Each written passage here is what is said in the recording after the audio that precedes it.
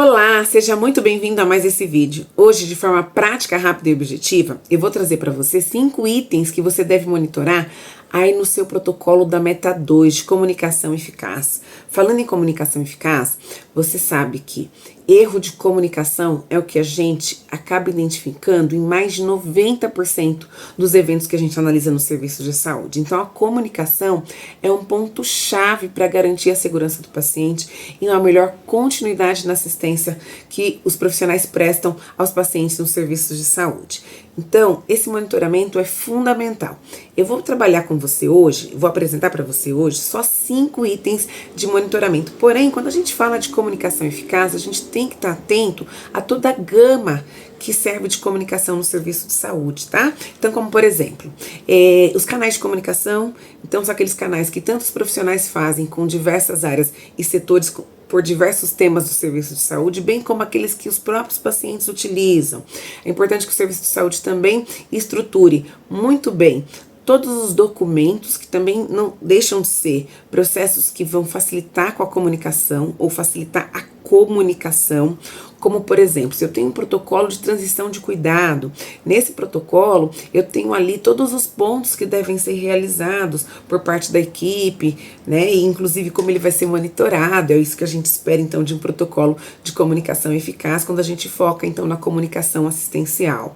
Quando a gente fala de registro em prontuário, é um outro ponto fundamental para que a gente possa melhorar a comunicação entre as equipes, lembrando que o prontuário do paciente é uma ferramenta legal onde os profissionais podem utilizar para que consigam registrar tudo aquilo de assistência que foi prestado ao paciente e que aquilo inclusive vai servir como prova para poder beneficiar o profissional se porventura aquele processo for judicializado, tá?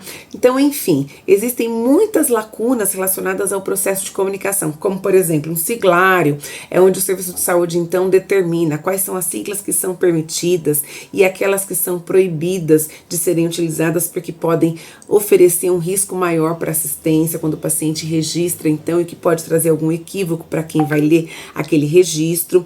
Então, a comunicação, ela se desdobra por diversos processos. Então, é importante que você olhe todos os pontos de comunicação aí no seu serviço de saúde. Porém, esses 5 você precisa de fato monitorar. Monitorando esses 5, você já vai conseguir de fato ter uma visão muito ampla de como é que está o desempenho de um protocolo de comunicação eficaz aí no seu serviço de saúde, tá? Então, vamos lá. O número 1.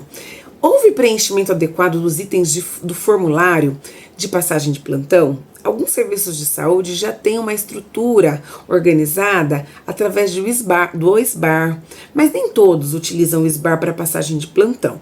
O mais importante é, eu tenho uma ferramenta para registrar a passagem de plantão? Tenho. O próximo passo é, eu vou monitorar para saber se aquela ferramenta ela foi preenchida de forma correta e principalmente se ela está sendo utilizada no momento oportuno para que a gente possa garantir a continuidade do cuidado. Item 2. Vamos falar agora de resultado crítico de exame. Lembrando que resultado crítico não é somente um resultado alterado. É um resultado alterado, mas que se não tiver uma conduta imediata por parte do profissional médico, esse paciente ele pode ter alguma complicação grave, inclusive pode até morrer, porque ele precisaria então de uma assistência ali imediata e não teve por conta de uma alteração que a gente considera como crítica, tá? Então essa é a definição de resultado crítico de exames, tá? Então nesse ponto 2, a gente precisa avaliar se houve o comunicado de resultado crítico conforme padronizado. Então, seu serviço de saúde, se ainda não padronizou esse fluxo, essa rotina, é importantíssimo que vocês façam. Então, definam quais são os exames que são considerados críticos, quais são os exames e os valores que são considerados críticos de acordo com o perfil de atendimento do seu serviço e depois estabeleça um fluxo de como vai ser o comunicado, de quando for o comunicado, quem são os responsáveis por receber o comunicado e o registro disso para que depois você consiga monitorar todos esses pontos, porque envolvem diversos pontos, é quem comunica, quem recebe, quem toma conduta, para saber se dentro daquele tempo que foi determinado aí no seu fluxo, na sua rotina, no seu protocolo, para que a gente possa identificar se isso foi seguido ou não, tá? Terceiro ponto que deve ser avaliado aí no protocolo de comunicação eficaz. Houve registro do comunicado de resultado crítico? Então, lá em cima É um ponto se houve o comunicado. Depois houve o registro desse comunicado. E o quarto ponto, já seguindo ainda no comunicado de resultado crítico de exame, tem: houve conduta médica após o comunicado de resultado de exame crítico? Por quê? Pode ser que o médico não queira tomar nenhuma conduta, mas se de fato é um resultado crítico, normalmente ele exige uma conduta médica. Mas isso você precisa avaliar então para saber se esse fluxo todo de comunicado de exame crítico ele foi seguido conforme preconizado aí no seu serviço de saúde, tá?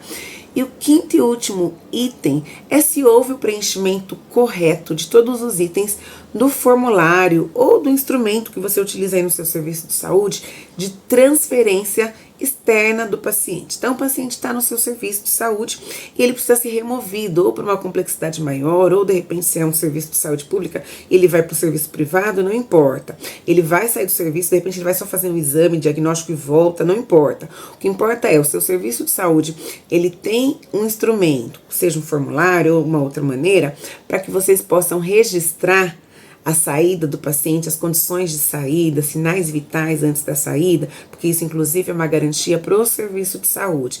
Então, se tiver, o seu serviço então vai avaliar o preenchimento e entender as condições do paciente, quando ele saiu e depois quando ele retorna para o serviço de saúde também.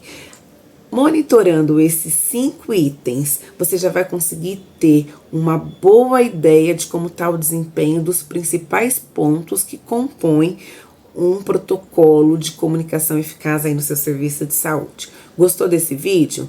Deixa aqui o seu comentário. O que você faz no seu serviço de saúde que precisa aprimorar desses 5 itens que eu coloquei para você? Ou então, qual item vocês ainda não fazem e que você gostaria que eu trouxesse para você com mais detalhes para que você possa fazer o monitoramento de forma adequada? Comenta aqui que eu quero saber e quero contribuir com você, porque você sabe, aqui a segurança do paciente é na prática. Eu te vejo no próximo vídeo.